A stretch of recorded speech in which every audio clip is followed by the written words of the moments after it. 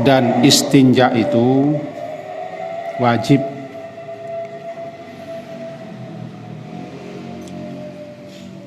Minal bauli, baul kencing, buang air kecil. Lantaran buang air kecil, dan ghaid, buang air besar. Wal afdalu, yang paling utama, ayastanjia bil ahjar, untuk beristinja dengan bebatuan. Summa yutbi'uha bil ma', kemudian diiringkan, diikuti setelah batu itu dengan air. Wa yajuzu, dan boleh,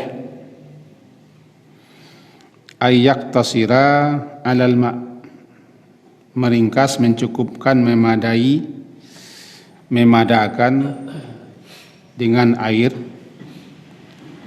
Atau ala thalathati ahjar,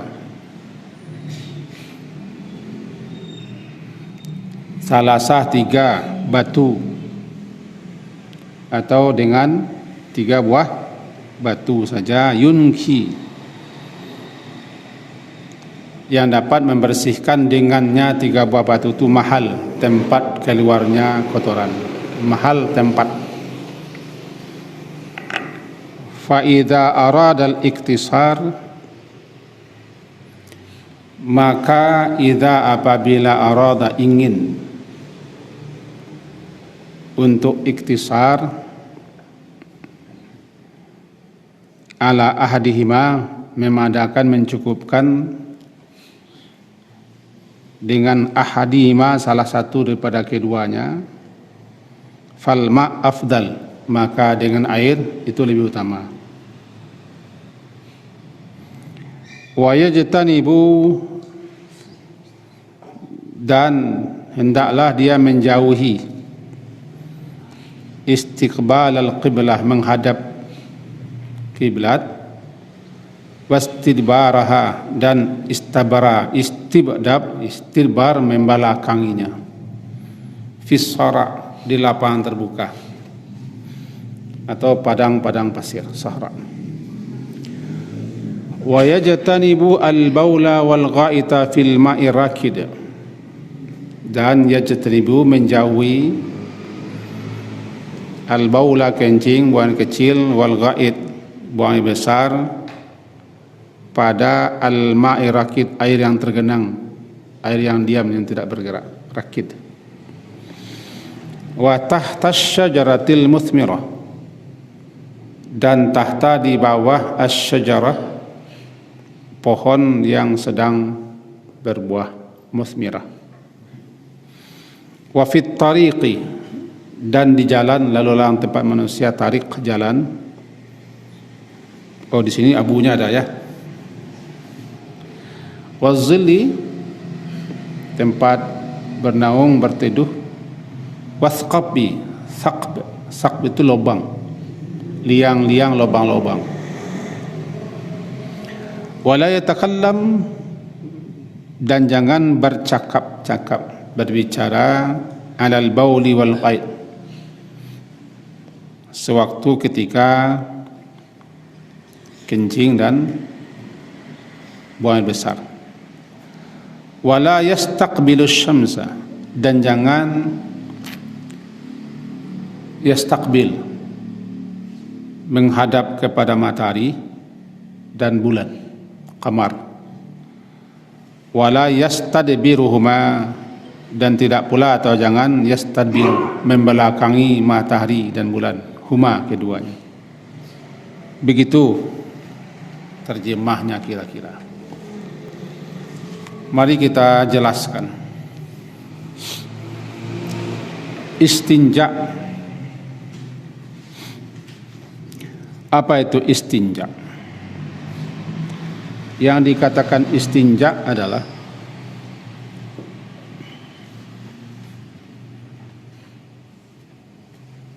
mensucikan diri setelah buang air, baik buang air kecil ataupun dari buang air besar. Apakah dengan air, batu, dan yang semisal dengannya, maka disebut dia dengan istinja. Dengan begitu istinja dapat dipahami membersihkan najis yang menempel, yang melekat di tempat keluarnya setelah buang air kecil dan buang air besar dengan memakai air dan batu. Air atau batu, atau air saja atau batu saja, atau yang serupa dengan batu, namanya istinja. Ada pula nanti istilah istibra.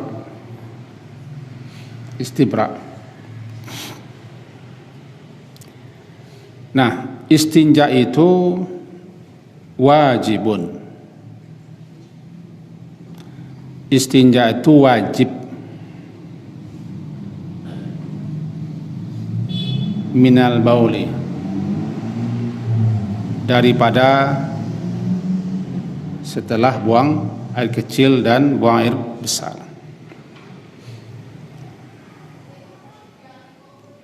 Dalam sabda Rasulullah, kebanyakan azab kubur itu terjadi, atau umumnya azab kubur itu terjadi menimpa seseorang lantaran dia tidak bersuci setelah buang air.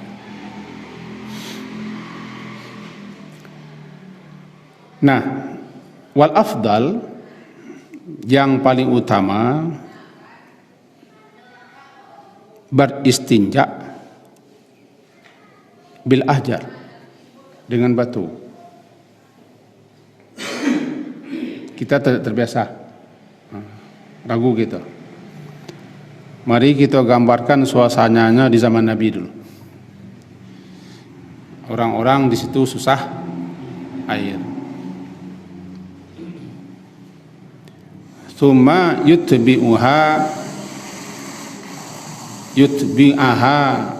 mengiringinya, mengikutinya batu itu dengan air. Batu dulu baru air.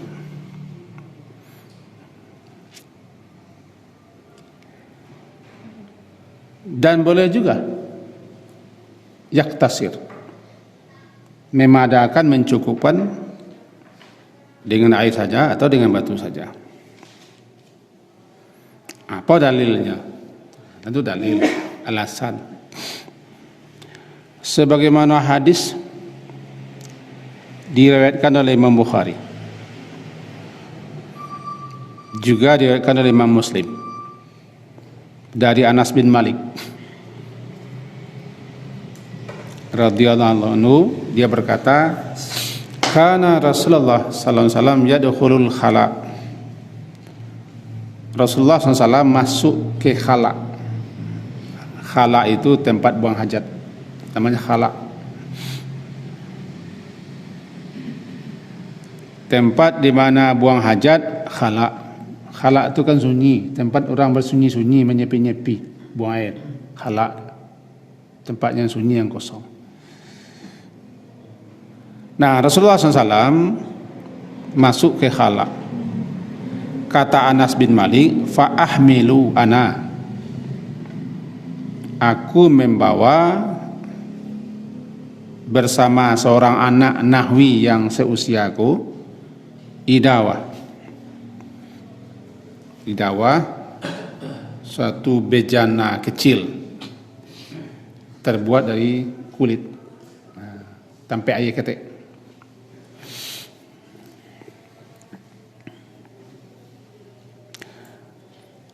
Wa anaza, dan aku juga membawa bayonet, tombak kecil yang di ujungnya ada basi, lebih pendek pada tombak. Kalau bahasa nama bayonet, lebih pendek daripada tombak, ujungnya basi. Aku bawakan itu. Kata Anas bin Malik, Fayastanji bil ma. Lalu Rasulullah SAW beristinja memakai air. Lalu tonggak itu apa? Tongkat pendek yang ujungnya besi. Untuk apa gunanya? Beliau pakai biasanya untuk tanda. Tanda menutup diri ketika istinja, dan juga beliau pakai itu untuk ditancapkan di tanah sebagai sutra ketika salat. Namanya anazah, tombak kecil, beliau dibawakan oleh si Anas bin Malik. Maka karena ketika itu Anas membawa air, lalu beristinja dengan air. Itu dalil istinja dengan air.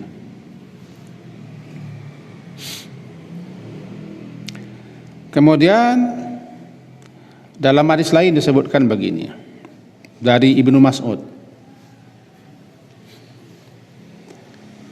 Dia berkata, "Atan Nabi sallallahu alaihi wasallam al-gha'ita." Nabi mendatangi tempat buangan besar. Fa amarani. Beliau menyuruhku an atiyahu bi thalathati ahjar.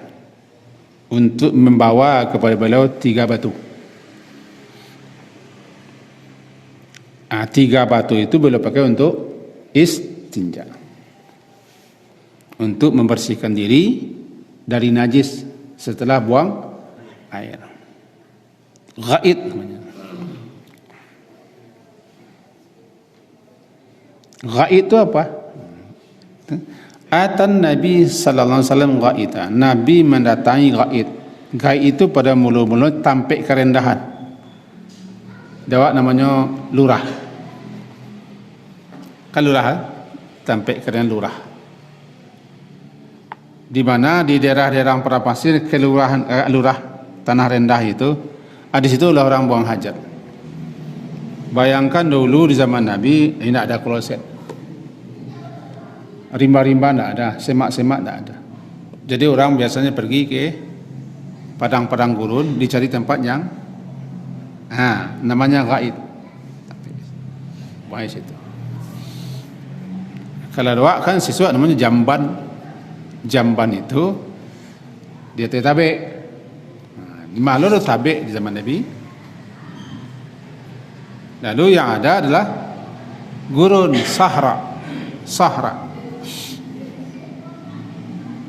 Beliau mencari tampik yang enggak ke bawah, merendah. Namanya lurah. Tanah rendah, lurah. Di situ buang hajat. Kemudian terpakailah ghaid itu untuk sesuatu yang keluar dari dubur. Namanya. Orang pergi ke tampik itu untuk lama-lama tampik itu bernama salah. Ghaid. Ini satu kali Nabi SAW atal ghaid, datang ke tempat buang air, tampik kerendahan. Beliau kalau buang air mencari tampik yang jauh, tampik karena nampak gak. Kadang-kadang membawa pancang, tungkik tadi. Tancap isyarat.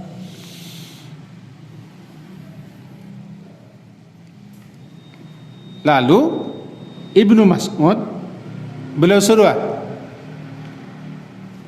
kata Ibnu Mas'ud, amarani, Rasulullah menyuruhku an atiyahu, untuk membawa kepada beliau bi salasah ahjar, 3 batu.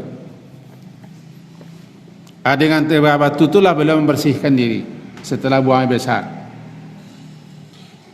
Batu awak dia tidak terbiasa dan tak pernah barangkali melakukannya, karena dawak ia sudah melimpah maruah-ruah ni. Kena pailah katanya alam sebentar aku melimpah-limpah maruah-ruah ia di tengah jalan, melimpah ruah di sini. Kini namanya air di tanah Arab itu di musim haji, musim murah banyak air. Tapi tidak ia mata air dibawa dengan tangki-tangki besar. Di zaman Nabi dulu orang kalau buang air begitu, tidak ada air batu. Maka jadilah batu itu bisa dipakai di pegunungan untuk membersihkan diri, mensucikan diri pada buang air. Diserupakan dengan batu benda-benda lain. Benda-benda lain yang sama dengan batu. Asalkan benda itu tidak benda yang dimuliakan, tidak tulang, tidak kotoran yang kare, dan tidak nanti benda itu licin mengkilat yang tidak bisa menyerap sesuatu. Ada kini namanya tisu. Bahkan orang barat biasa pakai tisu. Pakai tisu. Awak pun jarang yang pakai tisu. Bala menurah. Ndak perasaan pakai tisu. Tapi kalau satu saat nanti akan terpakai itu, ketika kita berada di rimba, ketika hiking dan camping, ketika jalan-jalan, atau ketika pergi kemana-mana, tersesak buang air besar, tidak ada air, akan terpakai itu. Akan terpakai. Tidak boleh cemean, nanti tiba rawak. Tiba rawak. Maka carilah batu. Minimal batu itu 3, atau satu buah batu yang punya 3 sisi. Kalau tidak cukup dengan 3, boleh ditambah asalkan bilangnya ganjil. Atau istinja. Istinja. Dasarnya ke? Dasarnya. Dalam buku nak baca kini ko dikatakan wal afdalu, yang paling utama katanya kan, ayastanjia, agar beristinja seseorang yang buang air cukup itu bil ahjar batu, bebatuan. Kemudian setelah itu yutbi'aha, diiringi. Setelah batu tadi yutbi'aha, mengiringi akannya batu itu dengan air. Keceknya si komentut. Alasannya batu menghilangkan zat, air menghilangkan sisa. Juga alasannya supaya nanti jangan tangan langsung menyentuh kotoran. Nah, jangan tangan langsung menyentuh kotoran. Itu penjelasannya. Balik kita ke kaji awak. Kalau zaman wak kini tidak harus seperti itu, tidak harus pakai batu. Wa yajuzu, dan boleh. Yajuz boleh. Ayyaktasira, membatasi, mencukupkan, memadakan atas air saja. Ayasen ayam yang boleh jo, dicukupkan air saja, tidak pakai batu, boleh. Atau ala salasati ahjar, memakai 3 buah batu saja juga boleh. Yang penting yunqi, bisa membersihkan, bihinna, dengan 3 buah batu jak itu mahal sampai 5 keluar najis.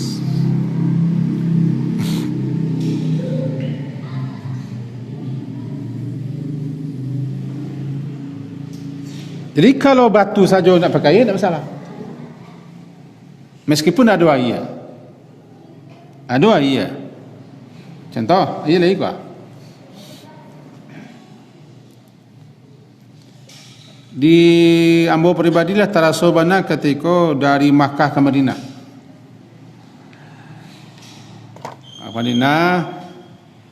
Ketika itu para penumpang gelisah, lata sasak bahaya. Sebab perjalanan di Makkah ke Madinah itu mencapai 5-6 jam. Tergantung perjalanan, bahkan sampai lebih 6 jam. Nah, kalau tiba di tempat parantian itu kesulitan ya, orang berondoh-pondoh, tidak satu mobil loh. Bisa ratusan orang tiba di satu tempat itu. Nah, baca lagi, kadang-kadang WC dalam perjalanan itu, ya namanya WC umum lah. Sangat paralu ketika itu batu. Air pun sangat susah ketika itu. Susah. Sebab air ada teoto sekedar lohnya. Sementara orang sambuh buang air. Maka takanalah pelajaran-pelajaran. Cari batu, cari kayu. Bagaimana supaya bisa bersih. Yunqi, bisa membersihkan mahal. Ana mahal yunqi bihinna, membersihkan dengannya batu tadi mahal sampai ya balo tu itu nado pakai itu jangan balo je. Awak kan kondisi awak sedang berada di pasir. Kondisi iya banyak. Tapi tiba di kondisi yang seperti itu, paguno batu, paguno kayu, paguno benda-benda, paguno tisu, tidak bisa dipungkiri. Atau tiba di pesawat, berapa kali kita naik pesawat ke Makkah, air habis. Ya pesawat orang isinya 450 lah.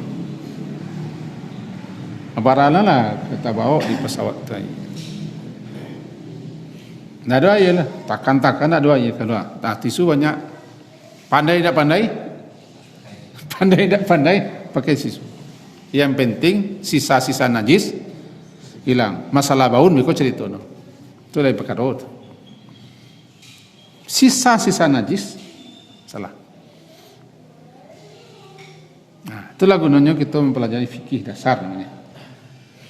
Balo tu, ya mentun. Balo ya mentun. Ya mentun. Yang penting yunqi, bisa membersihkan bihinna, dengannya memakai batu-batu tadi mahal tampe di ma adona najis lantaran lah selesai buang air. Fa idza arada al-iktisar maka apabila arada ingin dia orang yang buang air tadi itu iktisar, memadakan, mencukupi, membatasi atas salah satu ahadi, salah satu hima daripada kedua-duanya. Ingin memakai cieksen miang saja, fal ma'u afdal, memakainya lebih utama dibanding dengan batu. Kalau kita tidak ingin batu, kita ingin pilih saja, lebih utama pakai air. Air jauh lebih bisa membersihkan dibanding dengan batu. Jadi fa idza arada, maka apabila ingin dia orang yang setelah buang air cukup itu iktisar, membatasi, mencukupkan, memadakan atas ahadi, salah satu hima daripada keduanya, itu air dan batu, batu dan air, falma, maka memakai air afdal, itu yang lebih utama. Wa yajtanibu, dan hendaklah orang yang buang air tadi yajtanib, menjauhi. Ijtanaba yajtanibu, ijtinab, menjauhi. Hendaklah orang yang buang air tadi, kalau hendak buang air, menjauhi, menghindari istiqbal al-qiblat, menghadap kiblat, dan istidbaraha, membelakanginya, fisara, di lapang terbuka, di padang pasir, di gurun. Makasihnya dalam sabda Rasulullah, hadis riwayat Imam Bukhari, juga diriwayatkan oleh Imam Muslim, disebutkan dari Abi Ayyub Al-Ansari radhiyallahu anhu anin Nabi sallallahu alaihi wasallam qal idza ataitum apabila kamu mendatangi al-ghaid sampai buang air, ingin buang air besar, fala tastaqbilul qiblah, maka janganlah kamu menghadap kiblat, wala tastadbiruha, dan jangan kamu membelakanginya, bi baulin au ghaitin, baik ketika pipis buang kecil ataupun ketika buang air besar. Walakin syarriku au gharibu, tetapi menghadap ke timurlah dan ke baratlah. Kenapa? Kiblat di Madinah arah ke selatan. Kalau awak kiblat arah ke barat, jangan pakai eleko. Ke barat lah, ke timur lah, macam itulah. Itu madok yang belakang namanya. Syariku menghadap ke timur. Kalau di muka utara, timur sama ke mana? Kanan kan? Kanan. Jadi kalau madok ke timur, selatan sama ke mana? Kanan kan? Maka dakwah kajinya, lantaran kiblat di zaman Nabi itu arah ke selatan, maka boleh perintahkan menghadap ke timur dan menghadap ke barat. Jauhi menghadap ke selatan atau ke utara. Kalau menghadap ke selatan, menghadap ke kiblat. Kalau menghadap ke utara, membelakangi kiblat.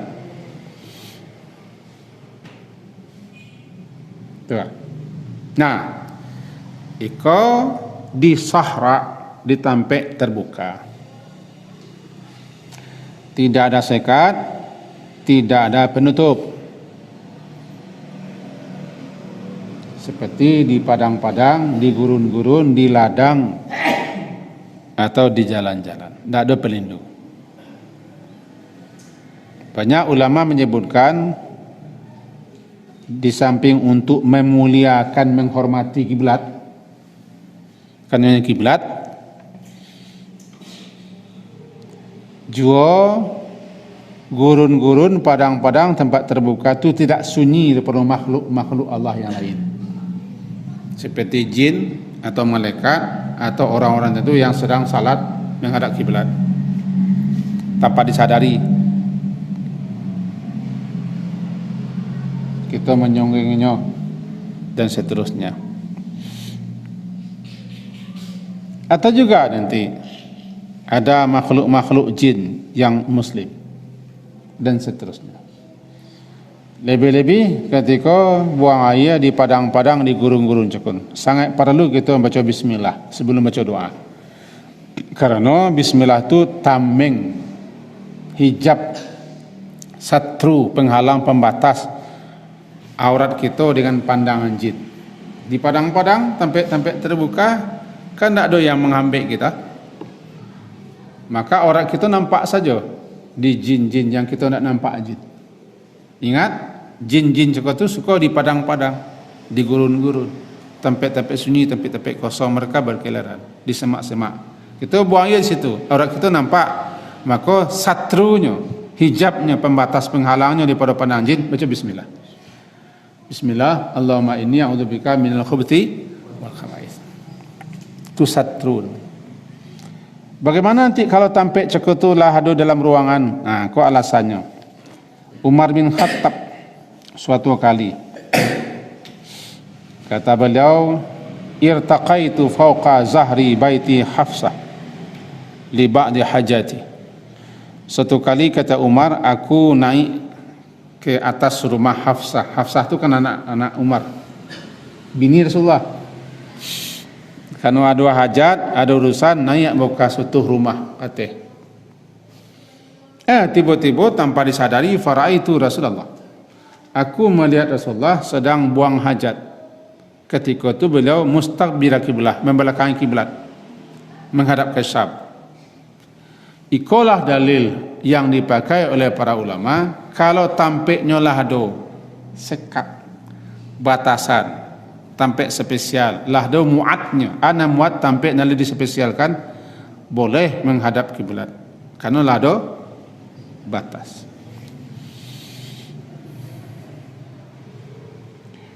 Ada kawan dulu tanpa menyebutkan tampek, beliau pengurus masjid di Payakumbuh. Amba tak sabitkan di mana Payakumbuhnya. Payakumbuh ketika masih tahun 2000-an, sebelum 2010. Saya pulang mengaji di tempat Pak Win. Nama musalawat sana. Musalah di bawah. Di rumah Pak Win tu nama musalah dulu. Itu kenal ya? Hah? Setelah mengaji sinan, payo kawan berkumpul menghadiri lo acara. Rupanya beliau-beliau sedang rapi ingin meruntuhan WC-WC. Karena WC-WC itu menghadap dan membelakangi kiblat. Alah beruntuhnya separuh. Alasannya hadis. Kecewa bisik ke kawan, tidak baca syarahannya. Jangan dipahami hadis begitu saja. Dan bacalah syarahannya, penjelasan para ulama. Bacalah kita fikih. Itu berata buang WC runtuh. Runtuh apa? Alasannya madok. Ketika bisik memalih lo terang-terang bisik. Kan ada hadis yang mengecekkan Rasulullah pun pernah buaya madok belakang kiblat karena tampaknya lah batas. Itu adalah tempat terbuka. Kau sekedar hanya informasi. Itulah gara-gara kalau kita tidak membaca, bertanya, memahami sekian banyak hadis dan bertanya pada guru-guru bagaimana beruntuh. Padahal banyak ulama menyebutkan kalau tampek cako itulah disekat, telah dibatasi, tidak masalah karena ketika itulah terbatas kita dengan kiblat.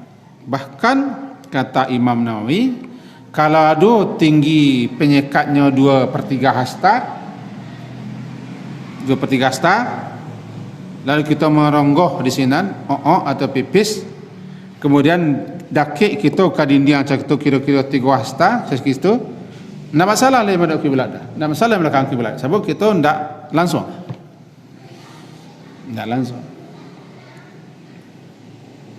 Ini larang di siko. Menurut para ulama-ulama juga, jangan hindari menghadap kiblat langsung. Membelakangi kiblat secara langsung. Di mana? Di sahra.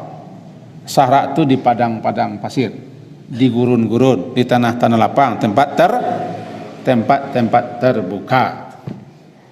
Jangan menghadap atau membelakang. Larangan itu dilarang. Ia hadis iko, fahadal hadis dalilun ala jawazil istibar. Hadis iko yang diriwayatkan oleh Imam Bukhari dan Imam Muslim, iko menunjukkan ditambah dengan hadis lain, menunjukkan kepada kita bahwa boleh membelakangi kiblat, tidak masalah. Kalau lah berada di ruangan, di bangunan, ada sekat, ada pembatas antara kita yang kiblat. Wa yajtanibul baula, sambungan. Dan jauhi juga, hindari juga al-baul, kencing, wal qaid, buang besar, fil ma'i rakid, pada air yang rakit, air yang tergenang atau diam tidak bergerak. Karena kita di situ bisa-bisa airnya berubah najis, jijik orang. Andaikan air banyak, paling tidak orang jijik menjadi. Tapi kalau air kurang, jelas air itu air najis. Lebih-lebih ketika malam hari. Dalam beberapa riwayat ada 3 buah kitab tadi membaca. Di malam hari lebih-lebih kita tidak boleh buang air di air tergenang, di air diam. Karena malam itu air-air dipakai dipergunakan oleh jin-jin. Nah, itulah keterangannya. Di malam hari jin-jin menguasai air tergenang. Ini orang di situ. Nah, bancoron air ke situ. Kita pipis ke situ. Ke situ. Nah, jangan-jangan kau yo ke basuh kecil orang tua siswa. Tanpa dilakak setan sebab nya sedang di wilayahnya kita masuk. Nah, benar atau tidak benar wallahu alam. Tapi begitu ketemu dalam penjelasan ulama. Jangan dilarang kita buang air kecil dan buang air besar di air yang rakit, air yang diam, tidak bergerak dan tergenang. Rakit mana? Dalam beberapa hadis dikatakan seperti disebutkan dari Jabir an Nabi SAW annahu naha, Nabi itu melarang pipis fil ma'ir rakit, di air yang diam tidak bergerak, atau air daim tidak mengalir. Hadis riwayat Imam Muslim. Menurut penjelasan para ulama, kalau pipis kencing saja dilarang di air tergenang yang diam tidak berat dan tidak mengalir,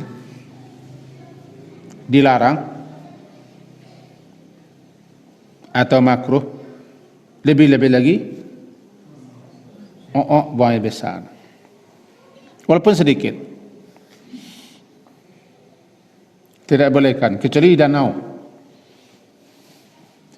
Di danau airnya sudah, apalagi di laut, tidak masalah tidak ke pengaruh, hilang lanyuk senyum. Lanjut kita lampi azan. Lah mulai. Tapi waktu itu ke jalan-jalan. Wa tahtas syajarah, dan di bawah syajarah, pohon yang berbuah, musmirah. Kenapa pohon yang berbuah itu dipanjat orang? Atau buahnya jatuh? Atau orang sering berada di bawah-bawah pohon yang sedang berbuah? Berbuah atau tidak berbuah, tapi pohon itu berbuah, tetap dilarang. Karena orang akan terus ada di sekitar itu. Maka dilarang kita pipis, kencing dan buang air besar tahtas syajarah al-muthmirah, di bawah pohon yang sedang berbuah. Gua jangan tanyambu, tamanggi, tangkeliki. Itu mengkuro orang mendengar. Yang kolera orangnya. Itu bahasa kasar sumpah. Yang nak buta. Apalagi jambu-jambak jatuh ke situ. Bun pipisnya pipis jari yang oleh. Membalik pada orang makan. Kami tiba di musim durian, orang sini. Acaranya. Sudah durian wa isan tuangnya, hanya sini. Gara-gara. Malam tu berkeliaran, ambo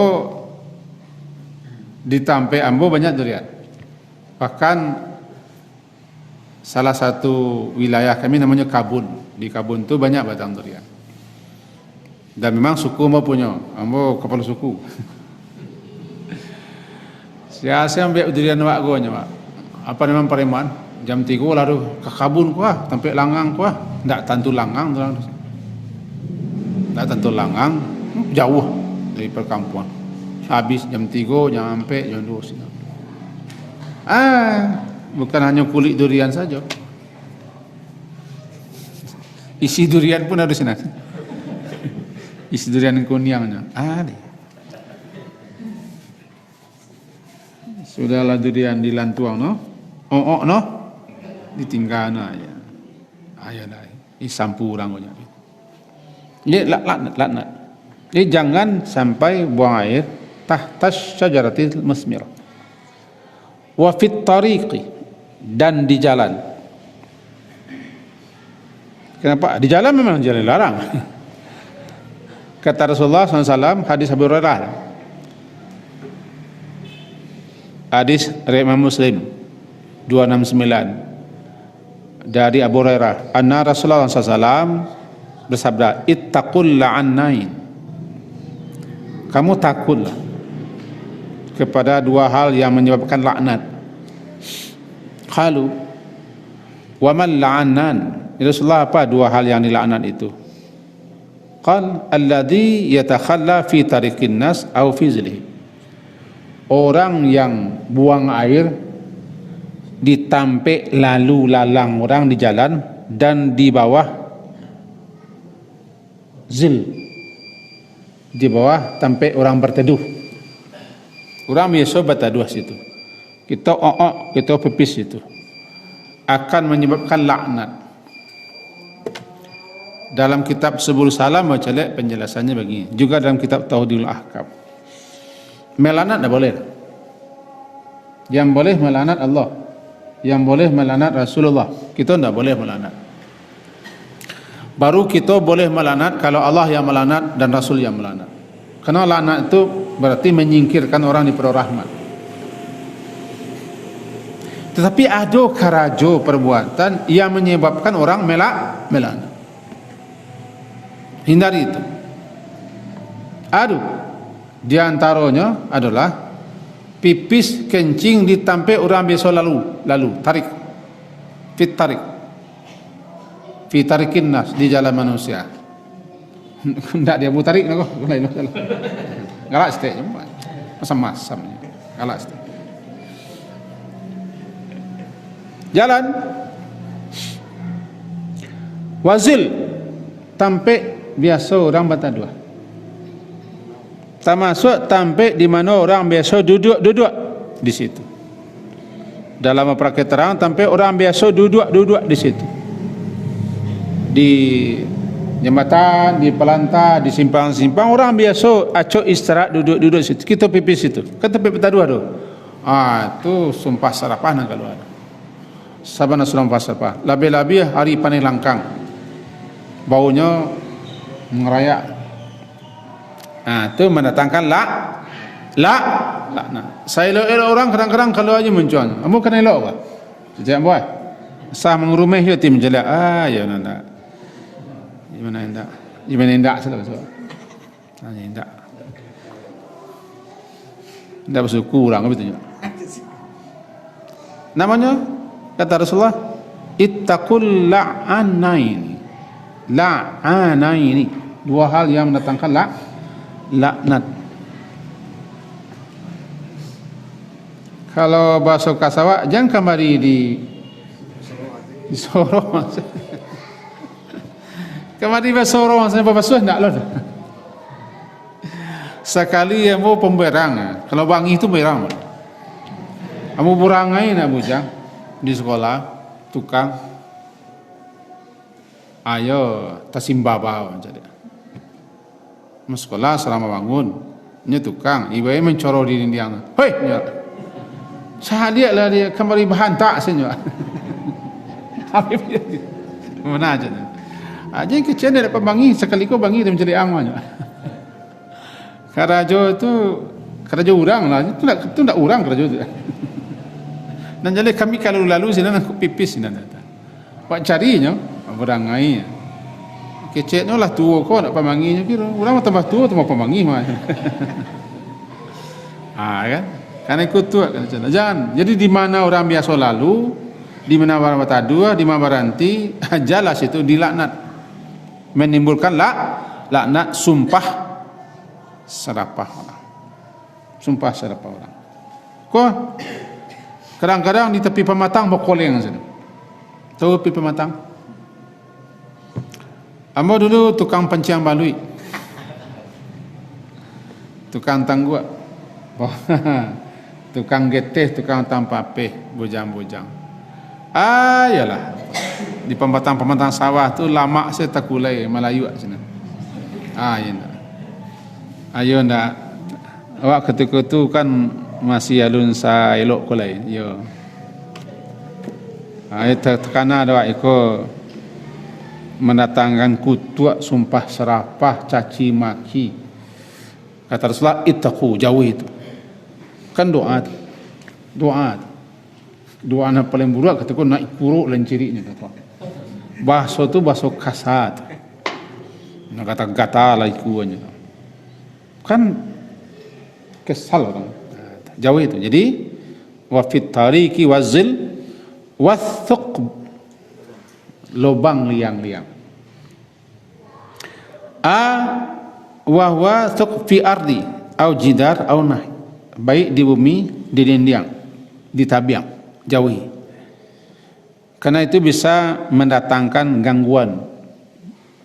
gangguan dan mendatangkan suatu kesakitan bagi makhluk lain. Karena liang-liang itu pasti ada binatang, ada serangganya. Atau di liang-liang itu ada ular.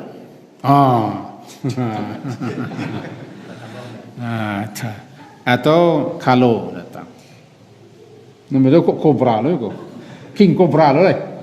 King kobra itu kerajaan kan makan ular lain kan? Alah, habis pak. Aja, loba, juhur, tak boleh. Juhur, sakap. Jadi jangan kencing di situ. Anak-anak kita perlu diperingatkan. Namanya wathuqub, jangan pipis dan kencing buang besar. Atau di situ ada makhluk-makhluk lemah, binatang-binatang lemah. Kalau disiram oleh pipis kita matinya, Pak.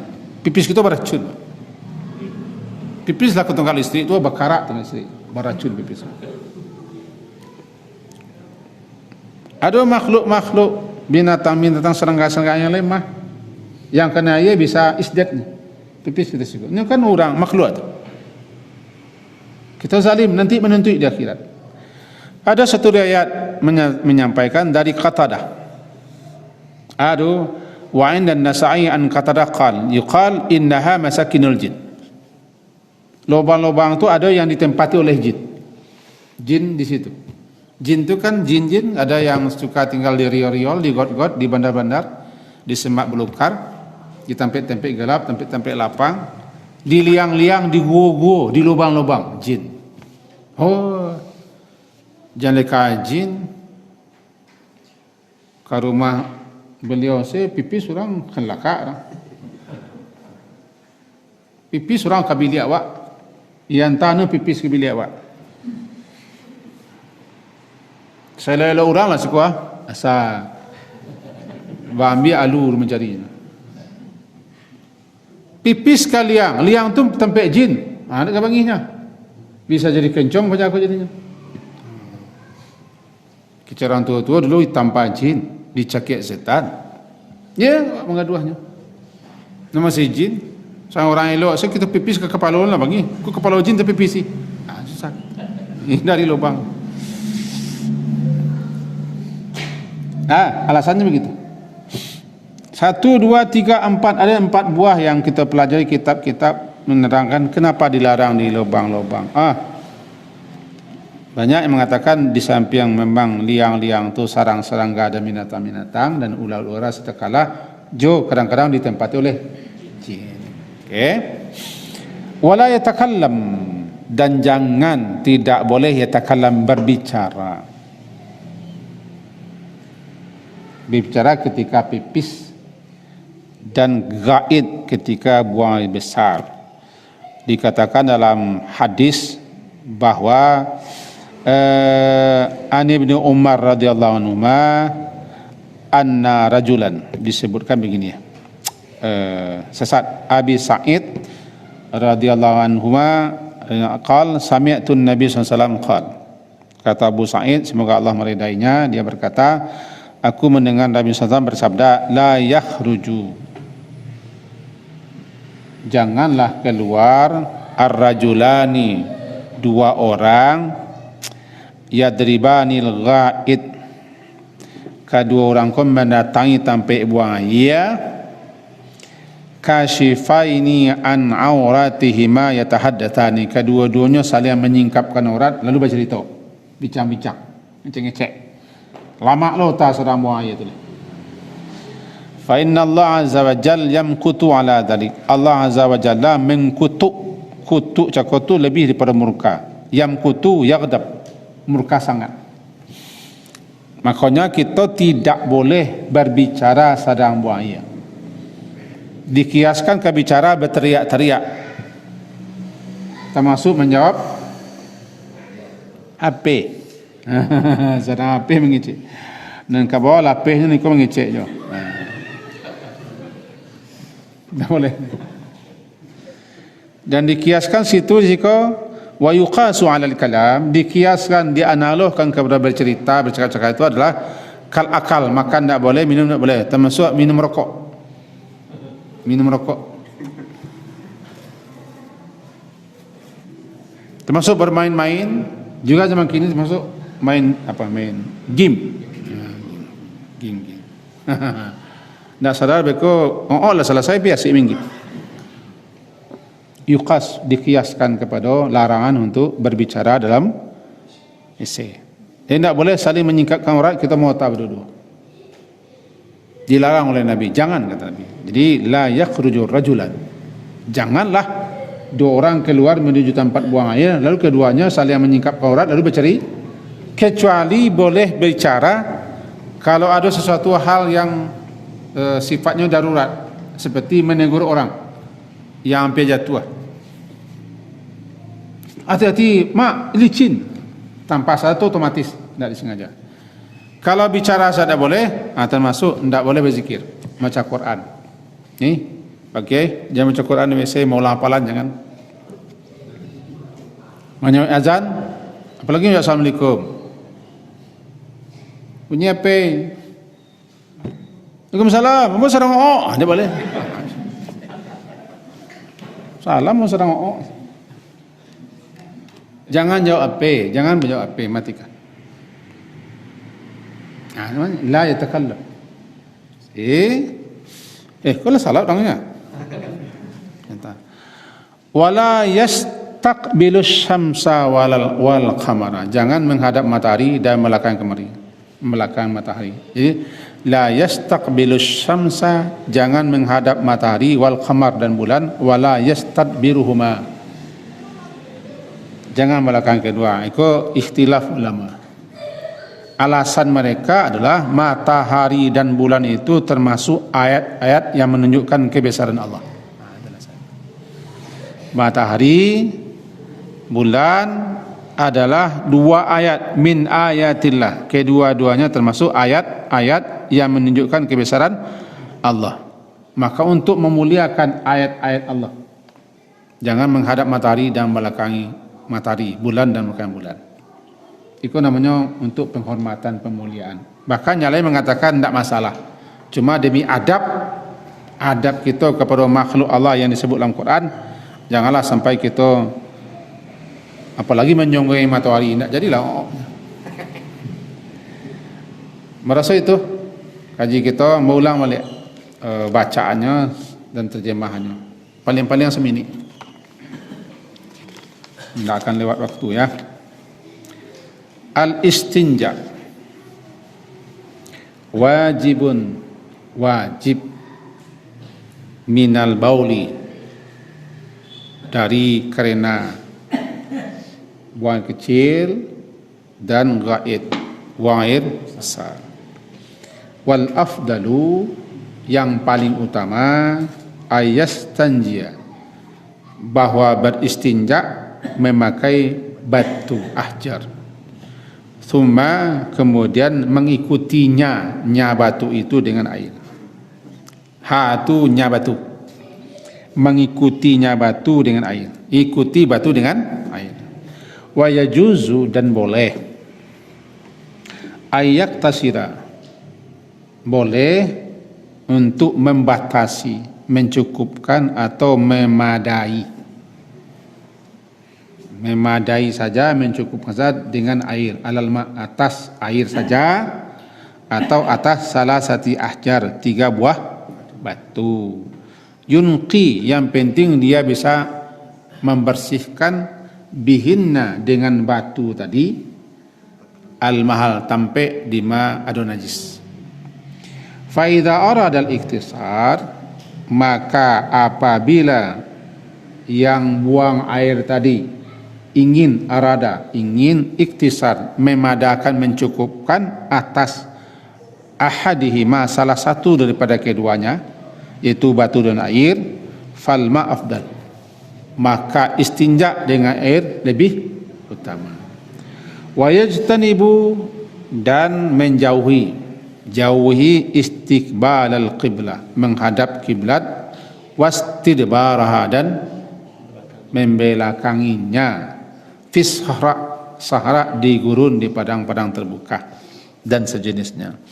Wa yajtanibul baula wal ghaid, dan jauhi pula, dan hendak pula dia menjauhi atau jauhi pula al-baul, pipis, kencing, dan buang besar, fil ma'i raqid, di air yang tergenang, air yang diam tidak bergerak, wa tahtas syajaratil musmirah, di bawah pohon yang berbuah, musmirah berbuah, wa fit tariqi, dan di jalan, wa zilli, dan di tempat berteduh dan bernaung, wa thaqbi, di lubang.